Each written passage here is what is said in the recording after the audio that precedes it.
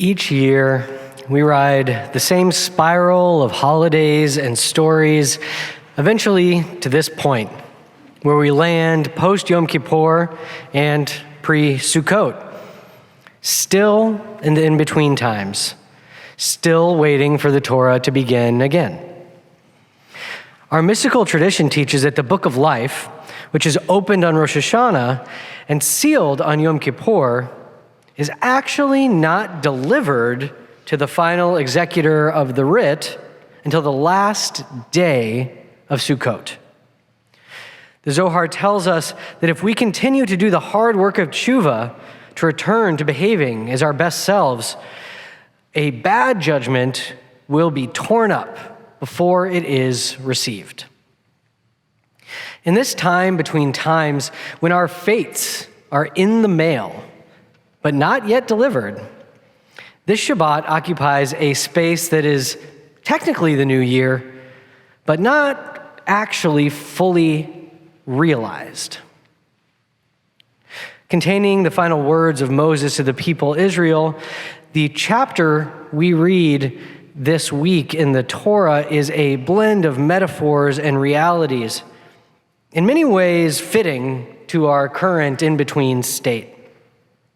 Moses explains that the Israelites will be exiled and punished if they do not uphold the covenant. At a certain point, Moses begins speaking in first person for God, saying, God said, I will hide my countenance from them and see how they fare in the end, for they are a treacherous breed, children with no loyalty in them. Within these few sparse and condemnatory lines, there are three different allusions to the book of Esther. Inhabiting this in-between time as we do now leaves us in a state of atemporality. Biblically, this moment in the Torah takes place centuries before the book of Esther. Yet the prophetic nature of the text draws us forward in time from the wilderness outside of the land of Canaan to Persia, the home of Esther and Mordecai. A key point that echoes forth is the fact that the book of Esther does not mention God at all. In short, the book of Esther is an example of this curse from our Torah portion this week having happened, that the Jews of that time and place had God's countenance hidden from them. The three different allusions to Esther in just this stanza can guide us to find a deeper meaning in this in-between moment we're in today.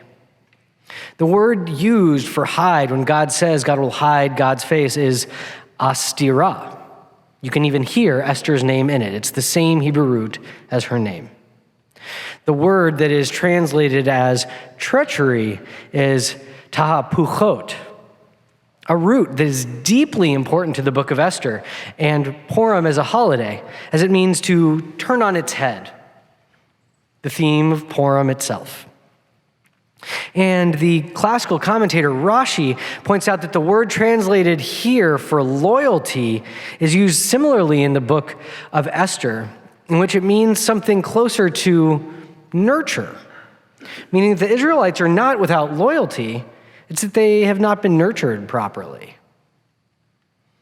The book of Esther is a story about perseverance in the face of tragedy, about seeking to find a foothold in a society that shuns you, about standing up bravely and proudly representing yourself, even when it's unpopular. In the context of this Torah portion, it is about the necessity of saving ourselves in a world where God is hidden.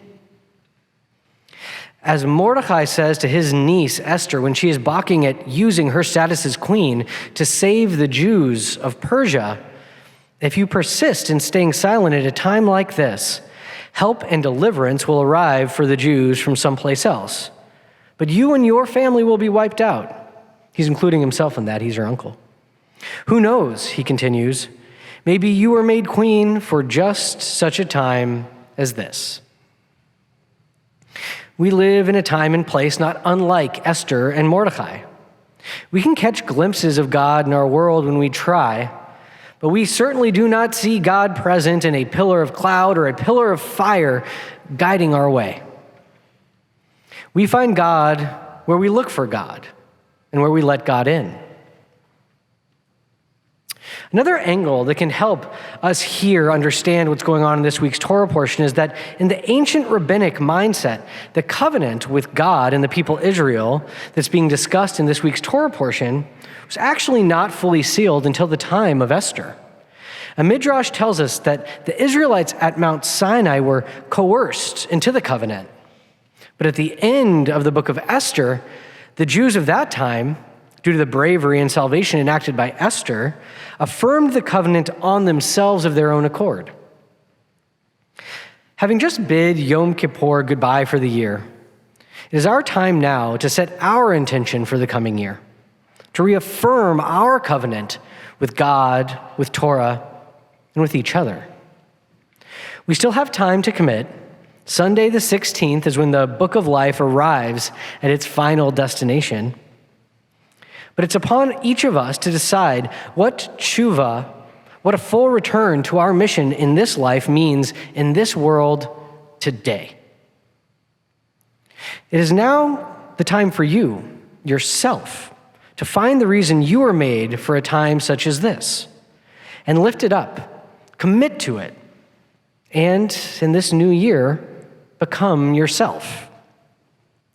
May you feel safe to reveal your truest self, even in times where it will lead to a difficult battle forward. May you find freedom in overturning the aspects of yourself that do not serve your overall purpose. And may you have the space to nurture those aspects of yourself that need healing and strengthening as you commit this year to doing precisely what you were made for. Ken Yehi Ratzon.